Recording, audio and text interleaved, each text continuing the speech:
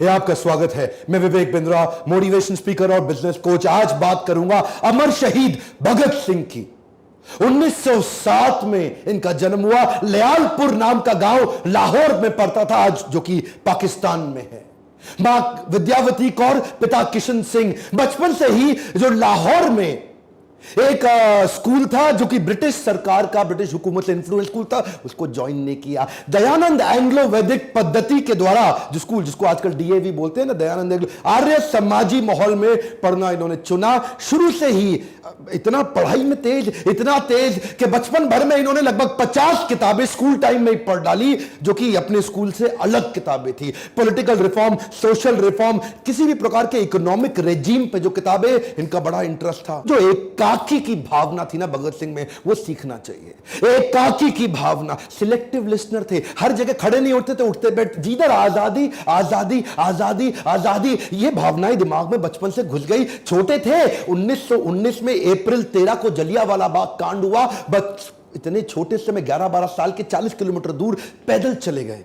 उसी जलियांवाला बाग में पहुंच गए। वो आवाजें कौन रही थी इनके दिमाग में, जो वो लाशें थी वहां पे, कितने लोग चले गए। काफी लोग तो वहां पास में पड़ा कुआं था, उसी में डूब गए, उसी में कूद के छलांग मार के, क्योंकि जनरल डायर ने जो गोलियां मारने का सबको आदेश दे दिया। कहते हैं कि आज भी उस कुएं से पानी निकालो तो उसमें रक्त की बूंदें मिलती हैं आज भी। ये वहां से खून से भरी मिट्टी को बर्तन में डाल के लिया एक बोतल में, और घर में लाके इतने सुन्न हो गए। सोचो छोटा सा बच्चा है, क्योंकि इसके दिमाग में ना वो घुस चुका था। इसकी बहन ने पूछा क्या हुआ, बता दे क्या हुआ, इतनी देर से क्यों आया। ये बोला ये खून मेरे उन शहीदों का है, देशवासियों का, जिसका मैं बदला लूंगा, अंग्रेजों को मार भगाऊंगा। जब इनके पिता खेती किया करते थे ना, बोले आम की गुठली क्यों बोई, पिता से पूछते थे। पिता कहते थे बेटा आम लगेंगे, पेड़ लगेगा। ये कहते थे ठीक है जी, मैं बंदूक बो दूंगा ताकि बंदूकों का पेड़ लग जाए। इतने छोटा सा बच्चा क्या सोच रहा है, कहता है कि मुझे बंदूक इसलिए चाहिए ताकि अंग्रेजों को भगा दूं। 1920 के आसपास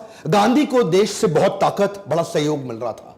गांधी उस समय पावरफुल आवाज बन चुके थे देश की, जिन्होंने आम जनता की आवाज को उठाया। अहिंसावाद, वो क्या कहते हैं, मुझे लड़ना नहीं है, लड़े बिना अंग्रेजों को, गोरों को भगा दूंगा। नॉन कोऑपरेशन मूवमेंट चालू किया। ये नॉन कोऑपरेशन मूवमेंट आपने इतिहास, हिस्ट्री में जरूर पढ़ा होगा। क्या कहते हैं, असहयोग आंदोलन। गोरों का लाया, गोरों का बनाया, जो कुछ रिजेक्ट करते जाओ, रिजेक्ट करते जाओ, रिजेक्ट करते जाओ, पागल लोग चले जाएंगे देश से। गांधी बोले शांति से करा दूंगा इस काम को, और पूरा देश मान गया।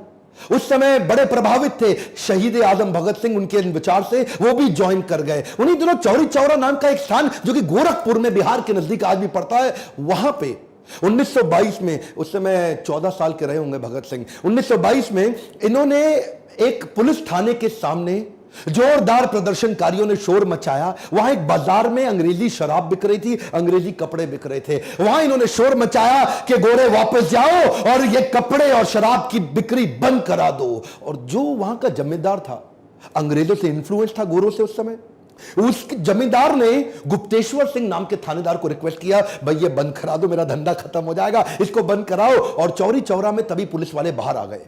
उन्होंने हवाई फायरिंग करी, बोला बंद करो इस आंदोलन को। ये बोले हम क्या कह रहे हैं, हम तो कुछ नहीं कह रहे, हम तो कह रहे हैं हम केवल अंग्रेजी सामान नहीं खरीदेंगे, शराब नहीं खरीदेंगे, कपड़े नहीं खरीदेंगे। लेकिन गुप्तेश्वर सिंह माना नहीं। अच्छा, भीड़ 4000 लोगों की थी। वहीं गुप्तेश्वर सिंह ने कई गोलियां हवा में चलाई, ये नहीं माने, उन्होंने 2-4 को गोली मार दी। वहीं 2 प्रदर्शनकारियों की वहीं मृत्यु हो गई। भीड़ और आग बबूला हो गई। गुप्तेश्वर सिंह ने हवा में और कई गोलियां चलाई, बोला मार दूंगा। फिर सामने गोलियां चलाई, वहां के दरोगा थे ना, वो उनको तो करना था। और जब गोलियां चलाई उन्होंने, 3-4 लोग जैसे ही और मरे। इतने में ये तैयार नहीं थे दरोगा, इनकी गोलियां खत्म हो गई, भीड़ आ गई। और भीड़ ने, जब इनकी गोलियां खत्म हुई तो उनको मारना शुरू किया पुलिस वालों को, और मारते मारते ये भगा के उनको थाने में ले गए। थाने को आग लगा दी। कई 17 पुलिस कर्मियों की उसी थाने के अंदर मौत हो गई, आग के नीचे जल गया। और वहां पे गांधी को बहुत आहत हुई। बोला मैं कह रहा हूं असहयोग, अहिंसा, और तुमने इतनों को मार दिया। वो दिन नॉन कोऑपरेशन मूवमेंट गांधी ने वापस लिया, और जैसे ही मूवमेंट वापस लिया, ये लोग परेशान हो गए। भगत सिंह और उनके जितने प्रकार के उसी विचारधारा के लोग, वो बोले 2 दल बन गए। गरम दल, नरम दल। नरम दल गांधी का था और गरम दल भगत सिंह जैसे लोगों का था। उन दिनों बोल्शेविक मूवमेंट रशिया का था, उससे ये बड़े प्रभावित थे। मैंने बताया ना, विदेशी किताबें भी बहुत पढ़ते थे। बोल्शेविक मूवमेंट, ये बोले कि लड़ना पड़ेगा। अब तो बात ये थी कि हो सकता है अगर गांधी नॉन कोऑपरेशन मूवमेंट वापस ना लेते, आजादी जल्दी मिल गई होती। एक्चुअली उन दिनों ना भगत सिंह तो नाचा करते थे, आजादी मिलने वाली है, आजादी, क्योंकि नॉन कोऑपरेशन मूवमेंट सक्सेसफुल था, पूरा देश को सहयोग मिल रहा। गांधी ने वापस ले लिया, बोला अभी आप तैयार नहीं हो। आपने गुप्तेश्वर सिंह पुलिस वाले को और पूरे थाने को क्यों मार के खत्म कर दिया? गांधी ने रोक दिया पूरा आंदोलन। ये लोग उस समय आग बबूल बोले अब लड़ना पड़ेगा। ये जो एक्चुअली ये ना हथियारों की क्रांति बाद में आई, भगत सिंह की पहले विचारों की क्रांति थी। उन दिनों कॉलेज ज्वाइन किया इन्होंने, लाला लाजपत राय का पंजाब के अंदर जो पाकिस्तान में पढ़ता है वो कॉलेज ज्वाइन किया और वहां पे ये गतिविधियां स्ट्रॉन्गर थी। उन दिनों ये लगभग 300 किताबें अपने कॉलेज में एक्स्ट्रा पढ़ बैठे हैं, क्योंकि जब खाली होते थे किताब पढ़ते थे और उसके बाद अपने एकाकी की भावना से स्पीड आती है। ध्यान दीजिए, कम ऑन, लर्निंग क्या है? एकाकी की भावना से। इसीलिए तो शहीद भगत सिंह ने 23 साल की उम्र तक वो सब कर दिया जो आज लगभग 90 साल के बाद भी हम उनको याद कर रहे हैं। 1924 में ये लगभग 17 साल के थे, मां ने शादी की तैयारी कर दी। ओए बेटा शादी कर लो, कुड़ी बड़ी सोनी है, ओए बेटा शादी कर ले, तेनू रोटी खवाएगी, ओए शादी कर ले, तेरा ध्यान रखेगी। मां बोलती रह गई और ये क्या बोली? दुल्हन मेरी दुल्हन नहीं होगी, आजादी ही मेरी दुल्हन होगी। रातों रात चिट्ठी लिख के भाग गए। मां रोती थी, अकेली पड़ गई। क्यों ऐसा होता है कि भगत सिंह की जब बात हो तो हम चाहते हैं पड़ोसी के बच्चे के घर पैदा हो, अपने घर पे सब कुछ छोड़ के। ये वहां पंडित आजाद की टीम को ज्वाइन कर लिया और जाके क्या बोले? अब एकाकी की भावना। जानते हैं शुरू में तो बचपन में बड़े एक्साइटमेंट में रहा करते थे, कुश्ती लड़ते थे, अभिनय का शौक रखते थे, लेकिन एकाकी की भावना के चलते 1925 में इन्होंने, अभी 18 साल के हुए थे, काकोरी कांड की तैयारी कर ली। काकोरी कांड को उन्होंने सफल बनाया। पैसे की जरूरत थी, अंग्रेजी खजाने को लूट लिया और लूटने के बाद अच्छा पकड़े गए। उसे पकड़े गए अशफाक उल्लाह खान और राम प्रसाद बिस्मिल, इन दोनों को फांसी हुई। 2 शह सवारों को जब फांसी की सजा सुनाई, ये लोग टूटने के लिए नहीं बने थे, ये तोड़ने के लिए बने थे। राम प्रसाद बिस्मिल की वो याद आ गई इनको बात, सरफरोशी की तमन्ना अब हमारे दिल में है, देखना है जोर कितना बाजुए कातिल में है। क्या मतलब? सरफरोशी, कटा लूंगा अपना सर, ये मेरी तमन्ना है, और तेरी बाजू में कातिल दम कितना है? मेरी तमन्ना ज्यादा बड़ी है गला कटाने की कि तेरी बाजू में ताकत कितनी है, वो आके देखते हैं। ये आपने सुना तो होगा, मतलब पहचानिए, ये इसको बोलते हैं विचारधारा। सरफरोशी की तमन्ना, अपना गला कटा लेने की तमन्ना, वो ज्यादा बड़ी है कि तेरे बाजू में जोर मेरी कत्ल करने का बाजुए कातिल में है। दशहरा ग्राउंड में चले गए, लिखने में बहुत तेज हुआ करते थे उन दिनों। पत्रिकाओं में, अखबारों में ये लेख लिखा करते थे सोशल रिफॉर्म्स के बारे में, अंग्रेजी हुकूमत के खिलाफ, कभी अपने नाम से कभी बेनामी लेख लिखा करते थे। और ये वहां जाके पर्चे बांटने लगे। दशहरा ग्राउंड में हजारों की भीड़ होती है, अपनी टीम तैयार करनी है, इनको लोग जोड़ने हैं, अंग्रेजी हुकूमत के खिलाफ पर्चे बांटते। पकड़े गए, वहां बम फोड़ के भागने लगे, फिर पकड़े गए। और इस बार इनसे, अच्छा, कोर्ट जानती थी कि इसको छोड़ना नहीं है, पुलिस जानती थी अंग्रेजी हुकूमत छोड़ना नहीं है। जब बेल की बात करी, 60,000 रुपए मांग लिए। ये 60,000 रुपए, थोड़ा सा मैं चाहता हूं आज व्यूअर्स को कि विजुअलाइज करो, आज के 60,000 रुपए नहीं, 90 साल पहले के 60,000 रुपए। कितने ही कितने खेत बेच के वो जमानत दे के इनको बाहर निकाला, ये अगली तैयारी में लग गए। 1928 में जब लगभग 20 साल के थे, लाला लाजपत राय, जो कि थे तो उनके गुरु के समान, लेकिन विचारधारा में फर्क था। लाला लाजपत राय नरम दल के थे, ये गरम दल के थे। उन्होंने कन्विंस कर लिया कि साइमन कमीशन के खिलाफ हम नारेबाजी करेंगे, लाहौर में ऐसी नारेबाजी करेंगे कि साइमन कमीशन वापस जाओ, वापस जाओ, वापस जाओ, बिना हथियार के करेंगे। ये लाला लाजपत राय के कहने पे आ तो गए, लेकिन वहां पुलिस वालों ने इन पे इतना लाठीचार्ज किया, इतना लाठीचार्ज किया,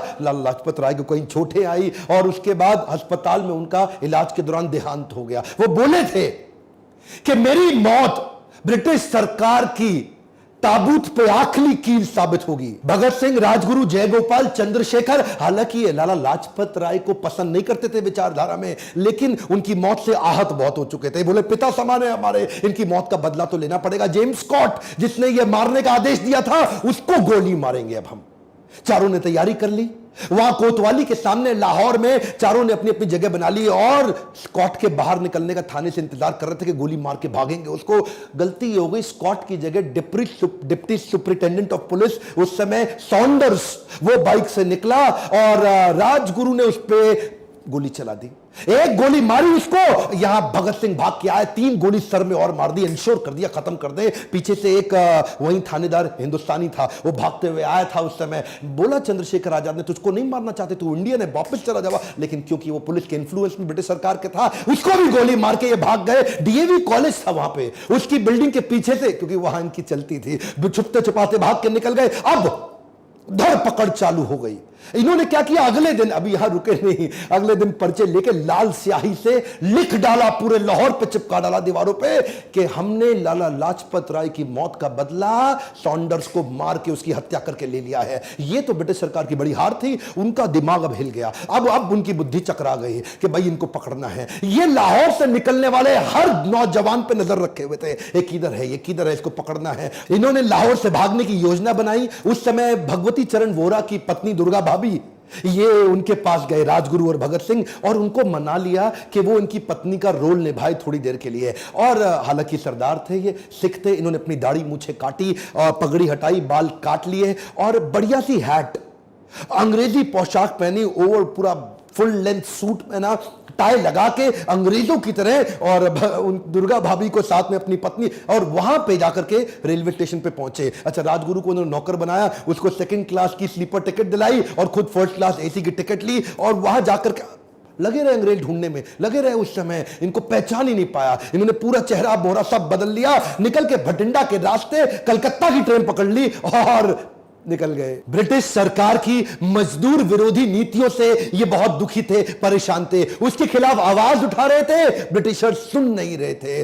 फ्रेंच रेवोल्यूशन के दौरान 1893 में फ्रेंच असेंबली के अंदर भी लो इंटेंसिटी का बॉम्ब फेंका गया। उन दिनों ये किताबें पढ़ते ही थे, दुनिया भर में देख रहे थे कि आजादी के लिए क्या क्या चल रहा है, इन्होंने भी तैयारी करी। बटुकेश्वर दत्त को अपने साथ लिया, एक लो इंटेंसिटी का बॉम्ब तैयार किया और कुछ पर्चे लिखे वहां पे, और अचानक वहां पे जाके असेंबली, सेंट्रल असेंबली में पहुंच गए, खाली जगह ढूंढी और वहीं बॉम्ब फेंक दिया। लो इंटेंसिटी का बॉम्ब था, किसी को नुकसान ना पहुंचे, धुएं का गुबार हो गया। पर्चे उठा के हवा में फेंके और हर पर्चे पे लिखा था, बहरों को सुनाने के लिए धमाका जरूरी है। क्या बोले? बहरों को सुनाने के लिए धमाका जरूरी है। और ऐसा धमाका, धुएं के गुबार में भाग के निकल सकते थे, चाहते तो चुपचाप वहां से चले जाते, लेकिन वहां गायब हो जाते, कोई पकड़ नहीं पाता, लेकिन जानबूझ के वहीं चिल्लाना, इनकलाब जिंदाबाद, इनकलाब जिंदाबाद, और जाकर अपने आप को पकड़वा दिया कि ले लो मुझको। ये एक ऐसा लड़का था, सबको जीना पसंद है और मौत भी सबकी आनी है। ये वो लड़का था जो अपनी डेथ को डिजाइन कर रहा था। ये चाहता था कि अब मुझे अंग्रेजी हुकूमत पकड़ ले, क्योंकि हो सकता है माहौल ठंडा होने वाला है। सोचिए, एक 21 साल का लड़का अपनी कुर्बानी की, अपनी डेथ को डिजाइन करने जा रहा है, शहीद होने जा रहा है। कहता है मुझको पकड़ो, और मैं तो वैसे ही एनार्किस्ट हूं, मैं तो वैसे ही आपकी हुकूमत की, मुझको गोली मार दो, मुझको गोली मार दो। एनीवे, जिसको फांसी की सजा सुनाई गई इन दोनों को। अब इनका लगभग 2 साल का कारावास था। पर यह एक ऐसे क्रांतिकारी जो जेल में भी आजाद थे, वहां पे भी अपनी क्रांति, नाक को चने चबवा दी अंग्रेजों को, उनके नाक में दम कर दिया। क्योंकि वहां पे फूड और फैसिलिटी ठीक थी नहीं, वहां पे जेल में 10 बाय 10 के कमरे में 10-10 कैदियों को रखते थे, बर्तन ठीक नहीं थे, खाना ठीक नहीं था, रोशनी की सुविधा नहीं, बिजली कोई था नहीं, खिड़की हुआ नहीं करती थी, इतना बुरा हाल। इन्होंने उसके खिलाफ अंदर आंदोलन चालू कर दिया। अच्छा, अंग्रेज इनसे अब घबरा गए थे, बोले यार इसको ना अलग कर दो, सारे इंडियन इससे इंफ्लुएंस हो जाते हैं। एक नया आंदोलन कर दिया इस आदमी ने। ये 64 दिन के अन्न जल त्याग पे चले गए, कहते आम मरण अनशन, अब कुछ नहीं खाऊंगा मैं। अच्छा, अंग्रेज शुरू में इनको इग्नोर करते थे, अब 2 दिन, 4 दिन, 5 दिन, 64 दिन तक नहीं खाए। क्रांतिकारी यतीन्द्र दास उस समय शहीद हो गए, क्योंकि इतना कमजोर भगत सिंह का वजन रोज कम होता जा रहा था। अंग्रेज घबरा रहे थे, लेकिन ये असल में क्या है ना, इनको, अच्छा उसके बाद भी हंसते थे, डर लगता नहीं इनको, इनके चेहरे पे हमेशा मुस्कुराहट होती थी। इनकलाब जिंदाबाद, इनकलाब जिंदाबाद। घबरा गए, ये क्या बोले? कहते मेरे सीने में जो जख्म है वो तो फूल के गुच्छे हैं, हमें पागल रहने दो, हम पागल ही अच्छे हैं। अंग्रेजों को घुटने टेकने पड़े, हार मान गई इनकी। उन दिनों ये कई लेख भी लिखते थे, ये क्या कहते थे? अंदर भी आंदोलन चलाऊंगा और लिख लिख के बाहर भी आंदोलन चलाऊंगा। इन्होंने एक इंस्ट्रक्शन दी थी, जेल में मुझसे कोई मिलने आएगा तो नई किताब लेके आएगा, कभी बॉल्शेविक रेवोल्यूशन की किताब लाएगा, फ्रेंच रेवोल्यूशन रेवोल्यूशन की किताब लाएगा, लेनिन की लाएगा या मार्क्स की किताब लाएगा। उन दिनों ये बिल्कुल सोशलिस्ट रिफॉर्मर हो गए थे, ये पहले सोशलिस्ट लीडर थे हमारे कंट्री के। उस समय एचआरए को एचएसआरए इन्होंने कर दिया, सोशलिस्ट रिफॉर्म अपने मूवमेंट को बना दिया। देखते ही देखते 300 किताबें और पढ़ डाली और 3000 पन्ने लिख भी डाले। आज उसको बाद बाहर भेजते थे उसको, आज उनमें से कुछ है और कुछ नहीं है। कहते तो थे कि ये एक नास्तिक है, लेकिन भगवत गीता की छोटी किताब और स्वामी विवेकानंद का चित्र जेब में जरूर रखते थे। जेल में भी किताबें पढ़ने की दीवानगी को लेकर अंग्रेज भी बड़े परेशान हो चुके थे। कार्ल मार्क्स और लेनिन से ये विशेष प्रभावित थे। अब इनको फांसी की सजा दे दी गई। ये क्या कहते थे, मैं एक ऐसा पागल हूं जो जेल में भी आजाद हूं। जब इनसे पूछा गया तुम्हारी आखिरी ख्वाहिश क्या है, कहते हैं मैं लेनिन की बायोग्राफी पूरी पढ़ना चाहता हूं, लेनिन की बायोग्राफी पढ़ के ही मरूंगा। जब इनको बुलाया जाने वाला था ना, उस दिन जिस दिन इनको फांसी देनी थी, तो ये क्या बोले, ठहरो अभी, देखते नहीं एक क्रांतिकारी दूसरे क्रांतिकारी से मिल रहा है। और लेनिन की किताब के आखिरी पन्ने पढ़ के ही उठे। 24 मार्च की तारीख मुकर्रर की गई इनकी फांसी के लिए। और जैसे जैसे फांसी के दिन नजदीक आने लगे, किसी को पता लगे ना कि उसकी मौत का समय आने वाला है, उसकी घबराहट बढ़ जाती है, उसकी और टेंशन, उसका आधा वजन वैसे ही खत्म हो जाता। लेकिन ब्रिटिश हुकूमत परेशान थी कि ये और खुश कैसे हो रहे हैं। अरे ये इतने निडर, ये एक्साइटेड है। देश भर में इस तारीख की खबर फैलने से ब्रिटिश सरकार पे प्रेशर बन रहा था कि भाई ऐसा ना हो इनकी फांसी के दिन 24 मार्च यहां बड़ा दंगा हो जाए, ऐसा ना हो कि यहां आग ही लगा दी जाए। बहुत भीड़ आने वाली थी। ये पहली बार ऐसा हुआ कि फांसी का समय जो सुबह का होता है, केवल इन तीनों के चक्कर में 23 मार्च को अचानक आनंद फानन में इनको रात को बुला लिया गया कि तुम्हें फांसी दी जाएगी। इन्होंने प्रेम से मुस्कुराते हुए बोला, पे सर पे कपड़ा मत बांधना और हमारे हाथ मत बांधना।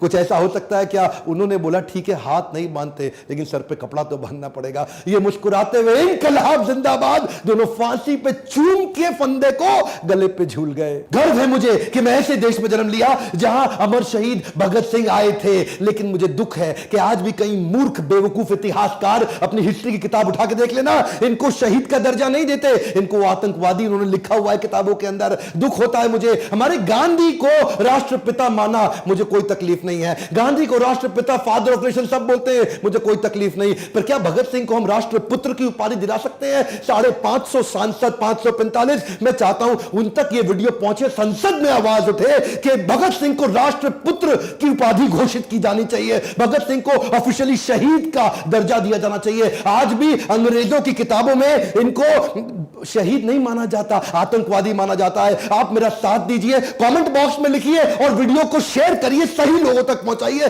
ताकि इस आवाज को उठाएं और क्यों ना हम इनको राष्ट्रपुत्र की उपाधि दिलाएं। मैं खुद अपने सारे ऑफिशियल सोशल मीडिया चैनल्स पे इस वीडियो को शेयर करने वाला हूं। आपसे भी रिक्वेस्ट करता हूं, भगत सिंह की मौत को, उनकी शहादत को बेकार मत जाने दीजिए। इस आवाज को मेरे साथ उठाइए। अगर थोड़ा भी अच्छा लगता है इस प्रकार की एजुकेशनल वीडियोस, लाइक करिए और अगर सब्सक्राइब नहीं किया, बेल आइकॉन नहीं दबाया, आपसे अगला वीडियो मिस हो जाएगा। मेरे साथ जुड़े रहने के लिए हर बार